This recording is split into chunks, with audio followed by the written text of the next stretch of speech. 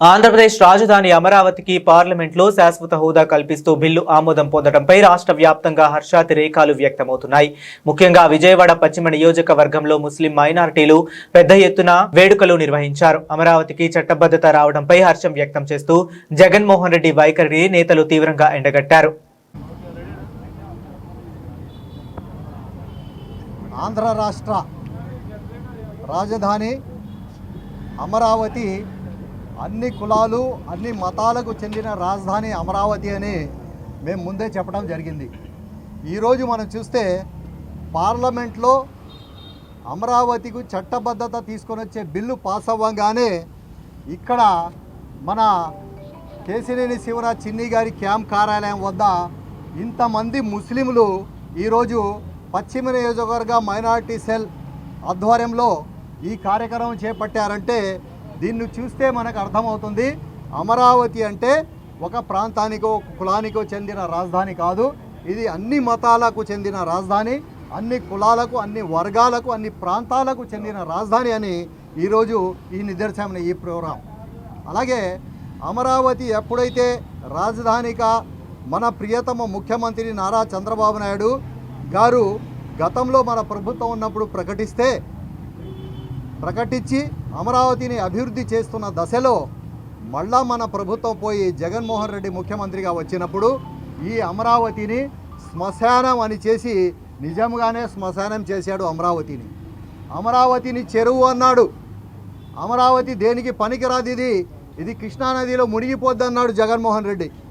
ఇవన్నీ బలాదురైపోయి ఇవన్నీ అబద్ధాలని తేలిపోయి ప్రజలు మాకు ఆంధ్ర రాష్ట్రానికి మధ్యలో అటు శ్రీకాకుళం నుంచి ఇటు హిందూపురం వరకు మధ్యలో ఉన్న ప్రదేశమే రాజధాని కావాలని కోరుకున్నారు ఆంధ్ర రాష్ట్ర ప్రజలు. అలాగే మళ్ళీ ముఖ్యమంత్రి నారా చంద్రబాబు నాయుడు గారు ముఖ్యమంత్రి అవ్వగానే ఈ అమరావతిను వేగవంతం చేయడం జరిగింది. అదే కోవలో మళ్ళీ జగన్మోహన్ రెడ్డి ఇటువంటి సైకో ఎక్కడైతే ఇబ్బందులు పెడుతున్నాడో చూసి ఈ రాజధానిని చట్టబద్ధత తీసుకొని రావాలని ప్రజలు కోరుకున్నారు. అలాగే మన ప్రియతమ ముఖ్యమంత్రి నారా చంద్రబాబు నాయుడు గారు, నారా లోకేష్ గారు భావించి అసెంబ్లీలో బిల్ ప్రవేశపెట్టి అలాగే నిన్న పార్లమెంట్లో కూడా బిల్లు పాస్ చేయడం జరిగింది. పార్లమెంట్లో బిల్ పెట్టినప్పుడు 11 పార్టీలు అమరావతికి మద్దతు పలికినాయి. ఆ పార్టీలు 11 పార్టీలు మన ఆంధ్ర రాష్ట్ర పార్టీలు కావు.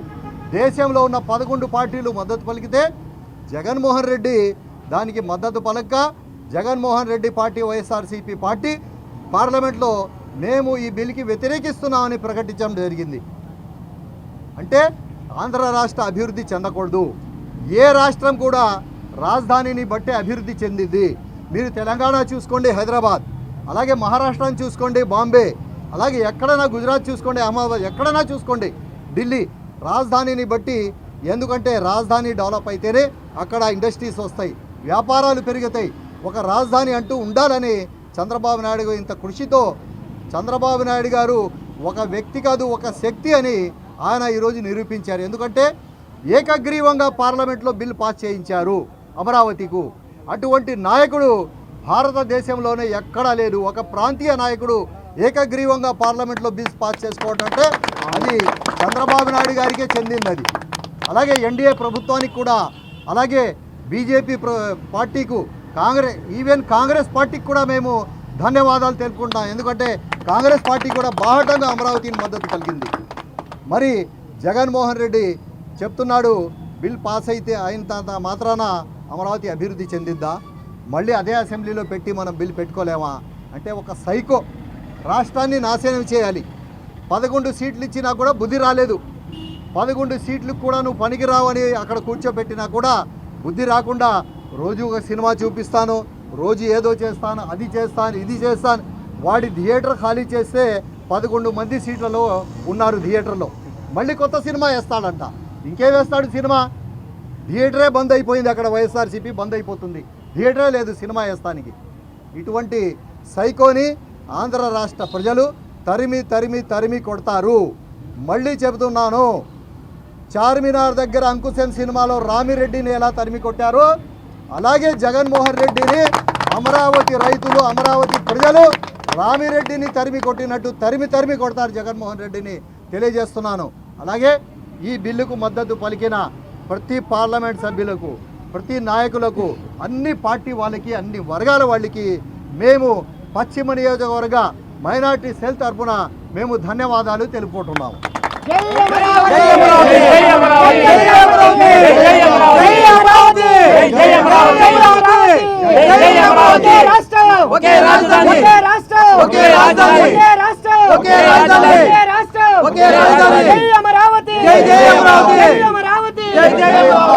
నారా చంద్రబాబు నాయుడు గారి నాయకత్వం, నారా లోకేష్ గారి నాయకత్వం, కేసీఆర్ చిన్ని గారి నాయకత్వం, కేసీఆర్ చిన్ని గారి నాయకత్వం, కేసీఆర్ చిన్ని గారి నాయకత్వం.